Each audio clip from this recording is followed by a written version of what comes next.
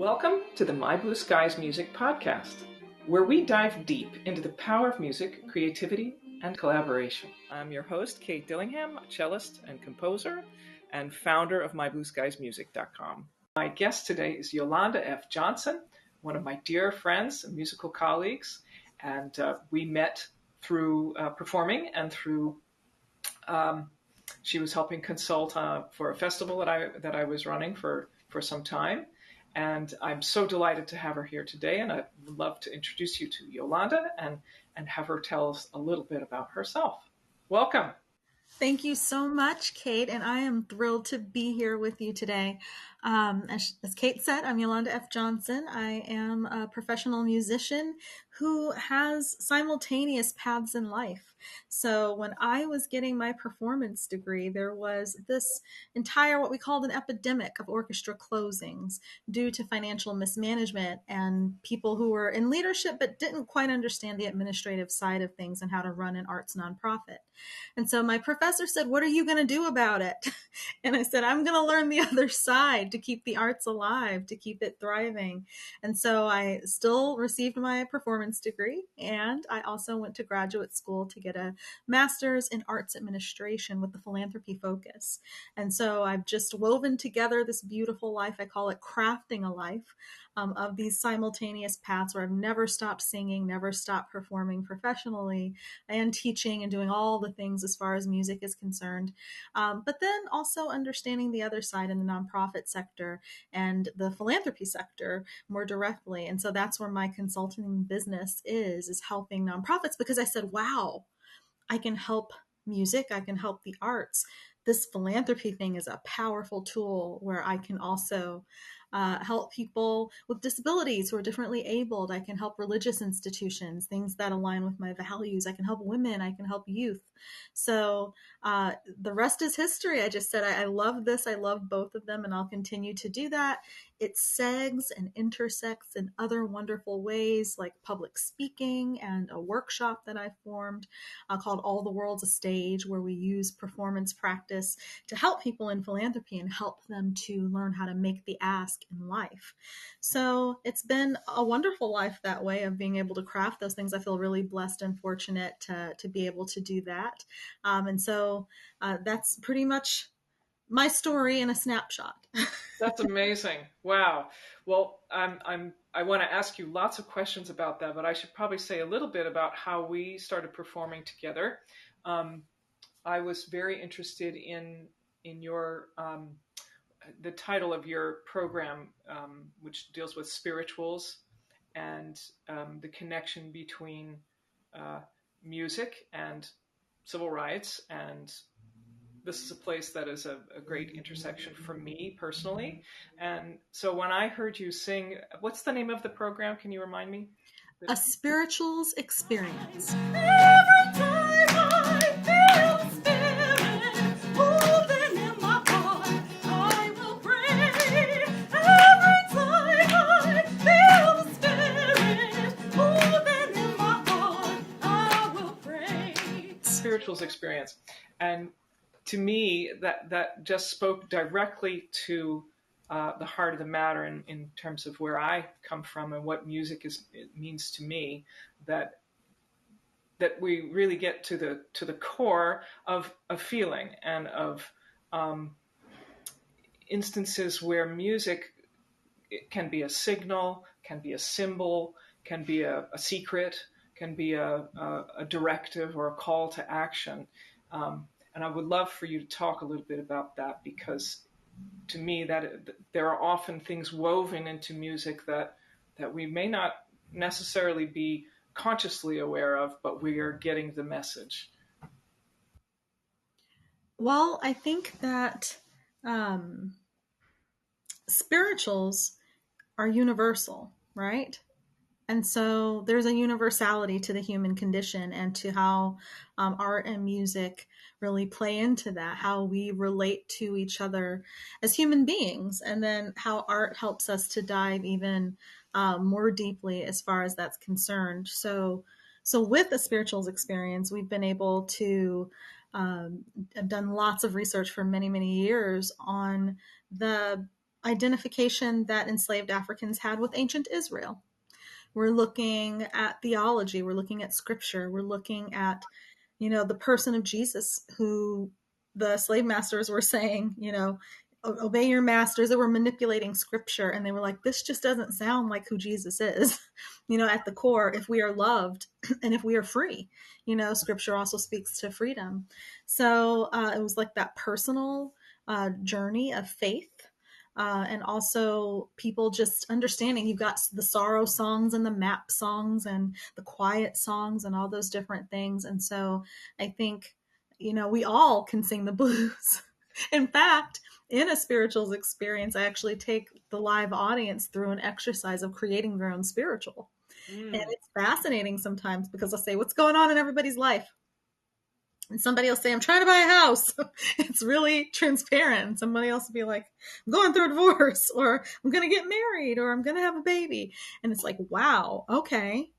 Let's weave all of that together into a common experience that's expressed through music. And they sing the chorus with me as I go through and create that spiritual with them. And so that's a fun experience that really brings that aspect, that universality home of how music and the arts, and also over the past decade or so, just really embracing spirituals as part of the art song canon, the American art song canon, and recognizing them and their place in that has been really important. And that's finally there, I think, for the most part. Yeah, I feel like I just had the honor of hearing you sing with colleagues of ours over at Dvorak Hall, and you did some pieces by Henry Berle. Is that how you say his name? Berle, mm-hmm. Berle, who was a student of Dvorak, and of course, as a cellist, Dvorak is one of our great composers. Wrote the most magnificent cello concerto and many shorter pieces and chamber music for cello.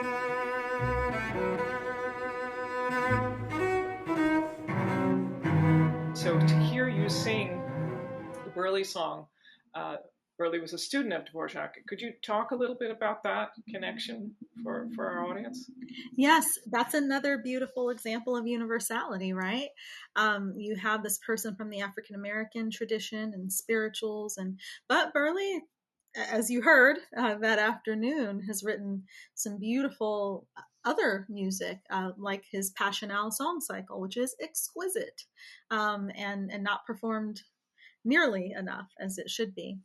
But I think it's fascinating to see the parallels, the intersection of someone like Dvorak and Berle. It's those stories. It reminds me of the same random story of Mozart's librettist Lorenzo da Ponte being buried in a cemetery in Queens. Like, you never think that it's, yeah. I forgot about that. Yeah, the Mozart da Ponte operas. And you're like, what? It's just like record scratch, like, what? And so sometimes you have that what moment because you just wouldn't necessarily expect it, but there you have it, and you have that relationship. And Dvorak being a composer of the people and understanding, again, right, that they understood each other, I think, on a very visceral and artistic level. Dvorak, the gypsy songs, the music for the people, thinking about heritage and people, and Berle doing the same thing. I think that it's really lovely that they were able to collaborate, work together, and that Berle was able to learn from Dvorak, and I'm sure it was vice versa as well. Absolutely. I think Dvorak's interest in the Americas and he spent a good deal of time in New York and then in Spillville, Iowa. There was a funny, interesting novel called Dvorak in America, which is loosely based on his experience here, but it had so much to do with his interest in traveling across the United States via train, and you can hear a lot of instances of the train rhythm of the wheels and of the tracks and of the steam whistle. In fact, in the American String Quartet, we only heard one movement that particular day, but and then there's also what they call in those days the Indian's Lament, talking about the people who were on the trail, having to leave their homeland and move to a strange place. I think Dvorak could really relate to that, and in terms of that American experience, having to leave your place of birth to something completely unknown and to set up a new life and develop your culture. So I'm not sure why I got so focused on Dvorak, except that I love his music so much, and I just heard you in that context, um, it's related to what we're talking about. So Yeah. another performance that I did with you, because we're talking about collaboration on this podcast as well, and what that process is, and we did some wonderful transcriptions for your voice and for small ensemble of Florence Price. And I loved that song Night that you sang with us. I Mm. think we had a contemporary composer, a good friend of ours, David Featherolf, who helped run that festival and did those wonderful transcriptions.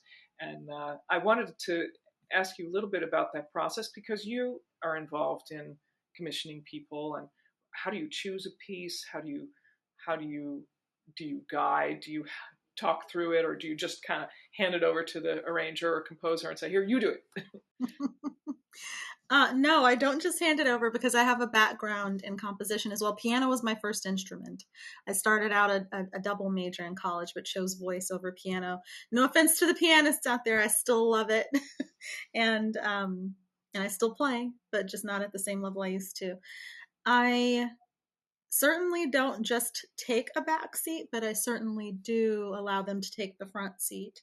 But, it's interesting, because I'm in the process of just finishing up a work by James Cone that has been finished, actually, because it was unfinished when he had presented it, and then he passed away, unfortunately, and so he wasn't able to finish it himself. And so it's been engraved and finished by a man named Peter Solomon Gross, who was recommended to me by David. And so I knew he was coming from a wonderful place. And that was a really interesting experience, because I already knew some things I had in mind, but his openness to involving me in the process has been a really lovely experience. And just going back and forth and bantering, and me saying, I don't know, but let me just go sing through it and come back to you. But because we had developed the rapport, it made for a lovelier experience, and a pretty painless experience, to be honest. If you have a composer and arranger who is not open, who thinks they're just going to take it and run with it, it depends on who their customer is, the commissioner is, but respecting that person's background also. Like, I certainly had definite thoughts, and then I even had to tell him, here, send the parts, I think we're done. But a whole other experience happens when we all get together. Yeah, I love that. I love that music is an ever evolving experience, it's particularly when the arrangers, composers are still present, or in this case, your knowledge of that individual, of that composer, um, helps you, or helps guide what the balances are. Maybe we need less cello there, or we need less bass there, or more of the inner voices. It'll be very interesting to hear how that unfolds. Um, I wanted to also ask you about your consulting work, because in the instance when we work together, I mean, this is really shifting the story here for a moment. I asked you to come up with a strategic plan, and I wonder, in these times that we are facing so much challenge, not that there hasn't been challenges in the musical sphere, artistic sphere, education sphere for a long time, but even more now, and how we communicate I don't necessarily want to say urgency, but there's an urgency to communicate, and that's a lot of what this platform and this podcast is about, right? The whole idea of this platform was developed during the COVID shutdown, and I was trying to solve a problem for myself in terms of performing and teaching, and you Mm-hmm. know, the available platforms just sounded terrible. I couldn't imagine, having spent my life and career developing a beautiful sound on my instrument, to watch it, go in such a direction. So I worked hard with the team to develop this beautiful platform for collaboration musically, and I'm hoping that you'll hear how how good it sounds, and I'm going to ask Yolanda to demonstrate the quality of the sound.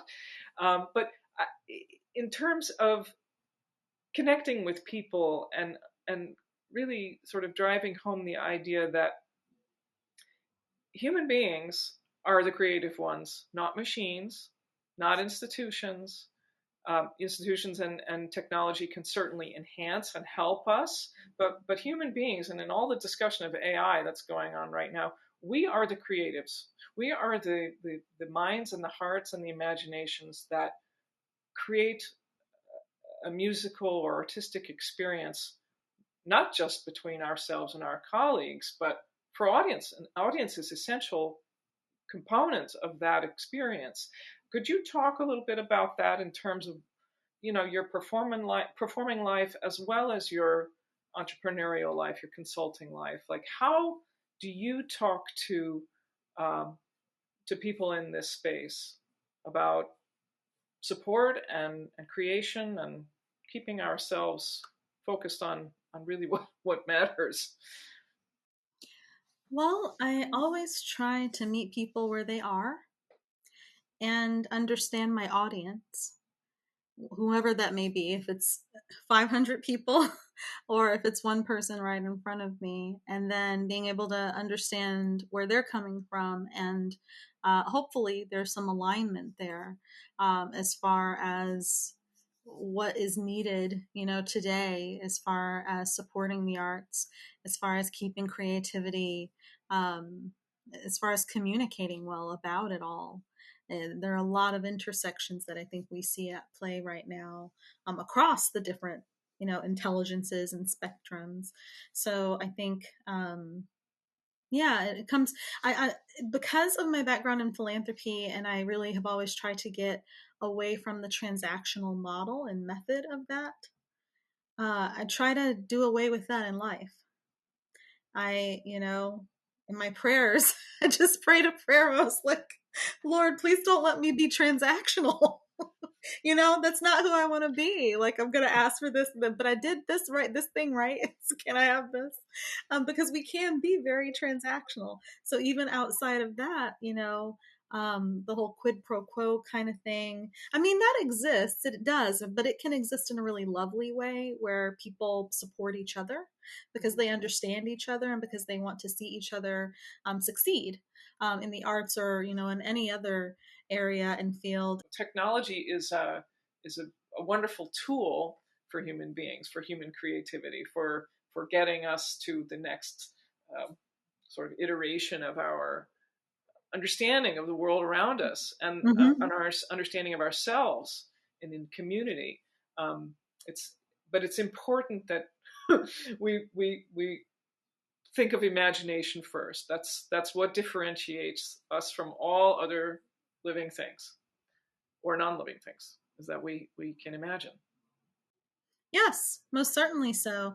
And imagination means that it's never the same twice, right? Yeah. Every time we perform something, it may be similar, but it's still a little bit different because you can dream it differently. Or because I'm a piecemealer by nature, I always say very rarely do I do one thing all in one shot or one sitting.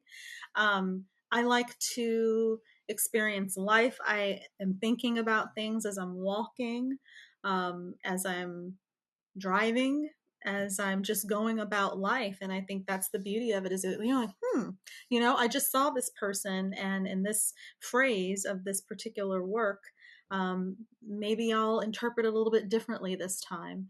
And so I think that having that freedom of imagination is what sets us apart as well. And it just adds some spice and variety to life and to art.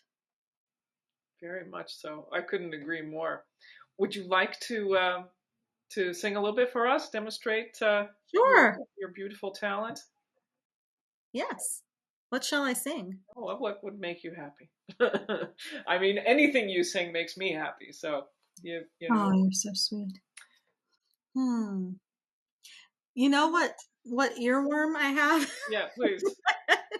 is from Passionelle, actually. Okay.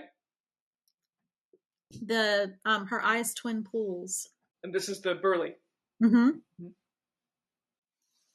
Mhm. Or I don't know, should I do a spiritual? You're entirely call. It's so hard.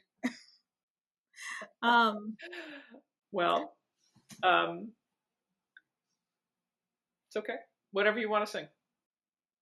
I'll gladly do it. I'll do a spiritual. I'll do, Okay. because this is the one that I tend to sing a cappella anyway, a sorrow song, Okay. um, called "Couldn't Hear Nobody Pray." Okay, I'm just gonna do it right here, like right now. How many seconds do you want? I'll just do it. You can do whatever you need to do with it. And you know what? Why I love that you have created My Blue Skies Music is because I had that same experience. Now, you're playing your cello, but imagine singing, trying to be accompanied by someone or even figure it out like in a voice lesson. It's just like, whoo. So we're thankful for, other platforms that try to get us through, but to take it to the next level and use your imagination to craft something that we can really use. So just shout out to you for doing this. Thank you. Okay. Should I stand? I couldn't hear nobody pray. I couldn't hear nobody pray. I was way down yonder all by myself, and I couldn't hear nobody pray. It's amazing. It's not catching up with you, and what we've achieved is that I can hear the colors, the creaminess, the nuance in your voice, and how you uh, shape a note, where you increase the vibrato or get louder or diminuendo. We can hear all that stuff. So it's super cool. Can you Yeah. talk a little bit about? So I mean, I love to sing, but I am certainly not a trained singer. I'm a cellist. We're all wannabe singers, and I've always thought about, I teach, I play, I perform a lot, record a lot, and but one of the things I really admire about singers, and I love working with singers, is that you all have to understand where the notes or the phrase is in your body, right? We have the body sensation as well, but we are one a string player is one step, removed, shall we say. You're creating the sound from your physical body without an instrument.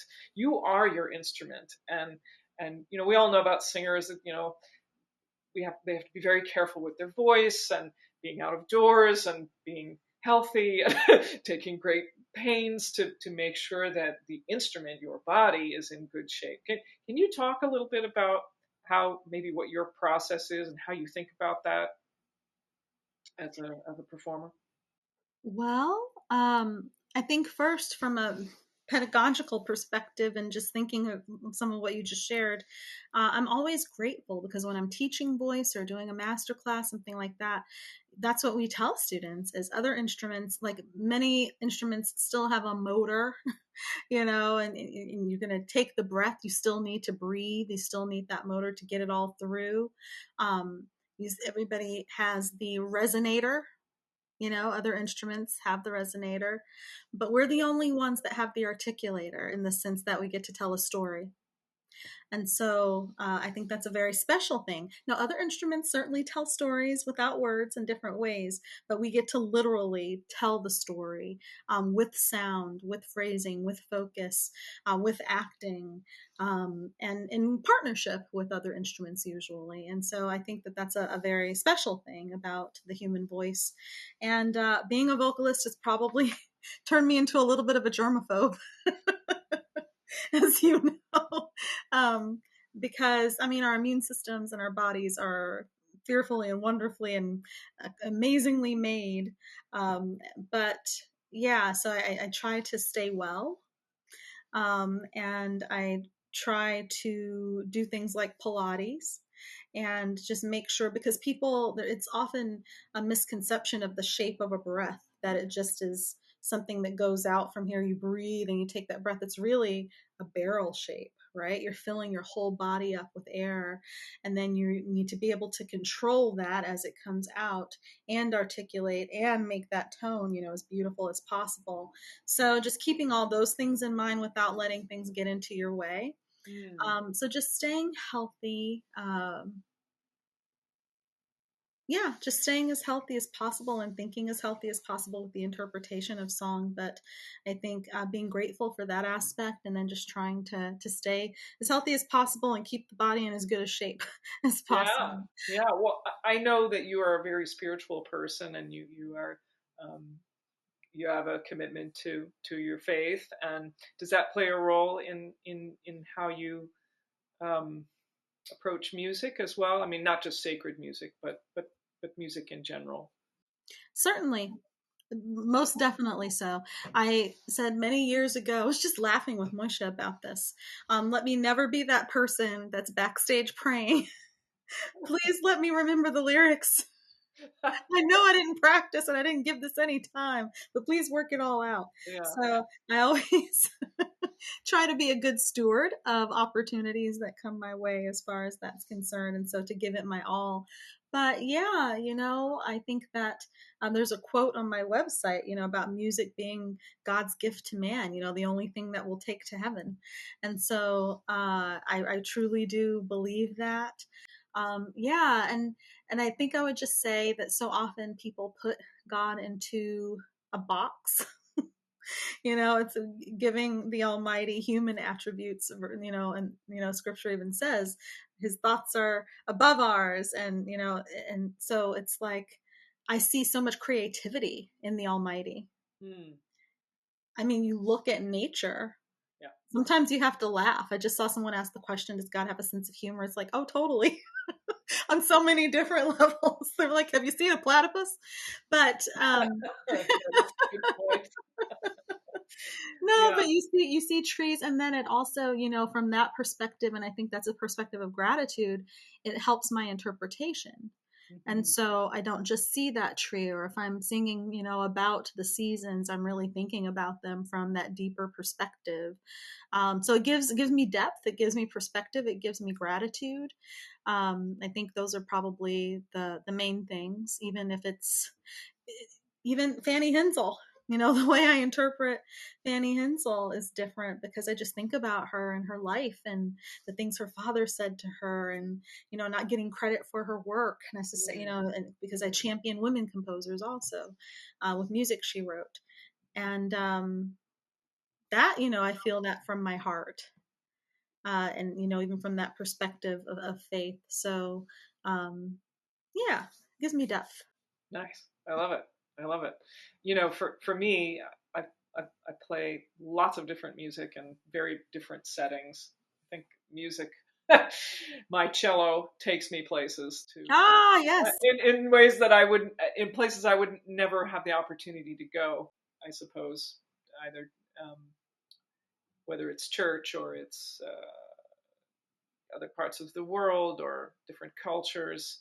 I recently played for celebration of Persian New Year, Nowruz, down in Chapel Hill, North Carolina, and I really didn't. It's not a particularly religious holiday. It's a celebration of New Year, much like we have in Western tradition. And it's a time to be grateful. It's a time to come together. It's a time to have feast and music all together. So I got to learn all about things that you know, I never considered, and it was kind of interesting for me because they wanted me to. I mean, they wanted me to present some of my new album, Ever Now, which is music that's based on a meditation practice, not anything particularly religious, but deeply spiritual for me. And it has nothing to do with Persian New Year. However, the music is meditative in nature, Mm-hmm. and I think it was very successful in sort of surprisingly to me in that context.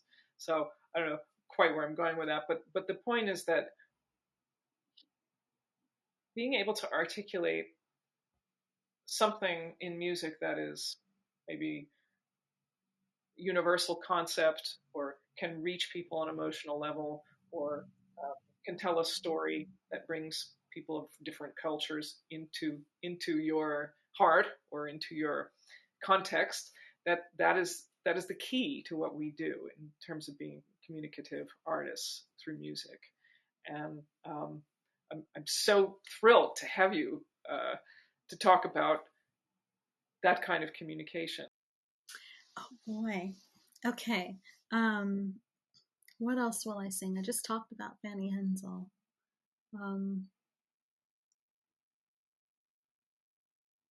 Okay.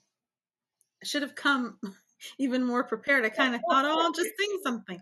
I know I put you on the spot, but or even, and you probably don't want to sing Mozart, but we sang you sang some Mozart. We played some Mozart recently. Yes, we So, did. yeah. Should we I want think to? I'll do. I'm trying to think of what I just did a performance, partial performance of music she wrote.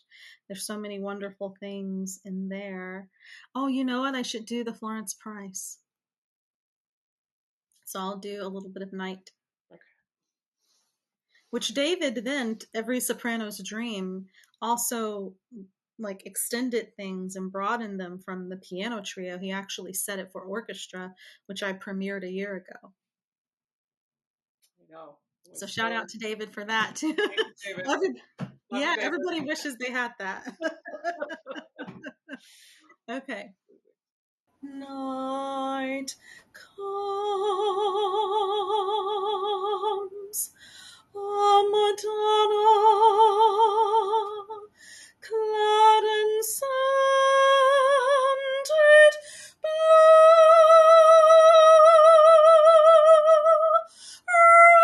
rose red her mouth, and deep her eyes. One of the pieces that I'm inspired by, and it comes. I don't know. I'm not gonna. You'll know what it is.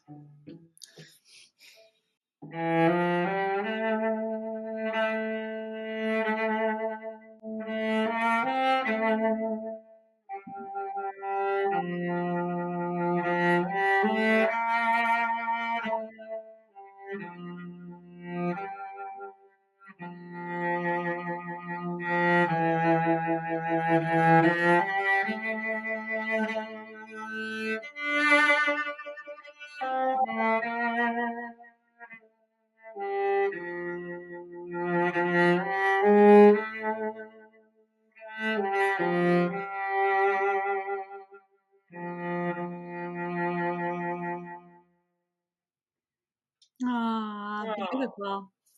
Now you just brought us full circle from last weekend's performance, yeah, or 2 weekends ago, because the lyrics to that were by James Weldon Johnson, who wrote the lyrics to Burleigh's Passional song cycle. that's right. That's right. Yeah. I was thinking a lot about when I looked at the program. It was kind of nice to be in the audience for a change. And I looked and I thought, oh, I know who that is.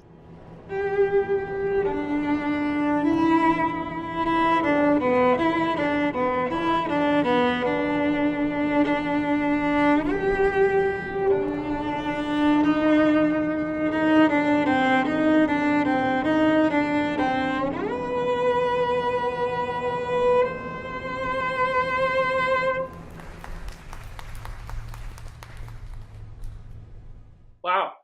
Well, what an amazing journey and fun conversation to have with you. I wanted to ask you one other thing. I know you're very involved with the group American Composers Orchestra. Is that right? Mhm.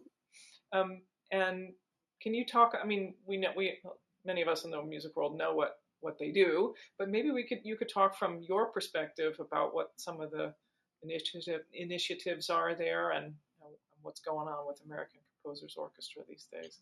Well, they're under extremely formidable and talented leadership. Melissa Nahn is the executive director. Curtis Stewart is artistic director.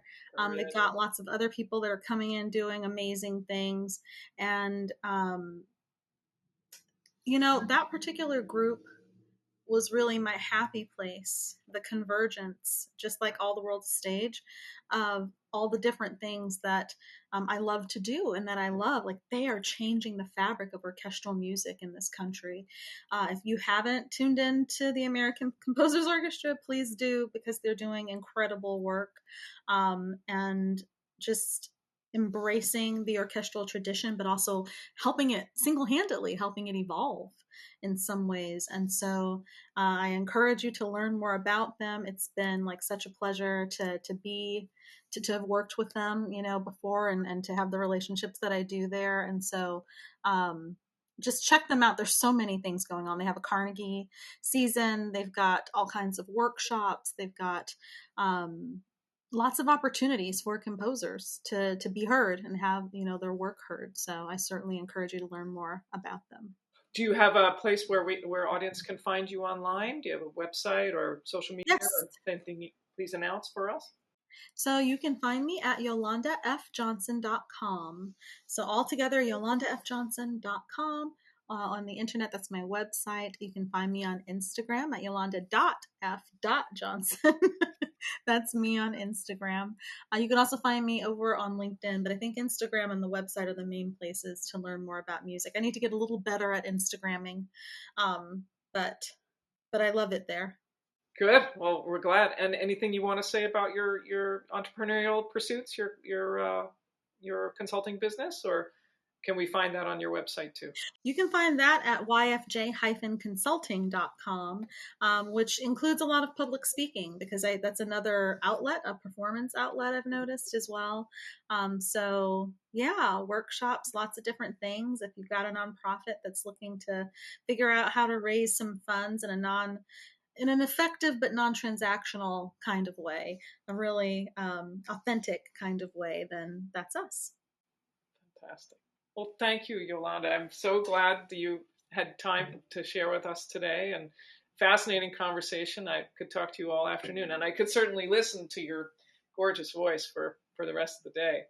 Oh, thank you. Thank you for having me. Thank you so much. Absolutely. Well, thank you all for joining us on My Blue Skies Music Podcast, where we are making the internet sound better. Until next time, go lightly, stay creative. Remember, the connections you create can change everything.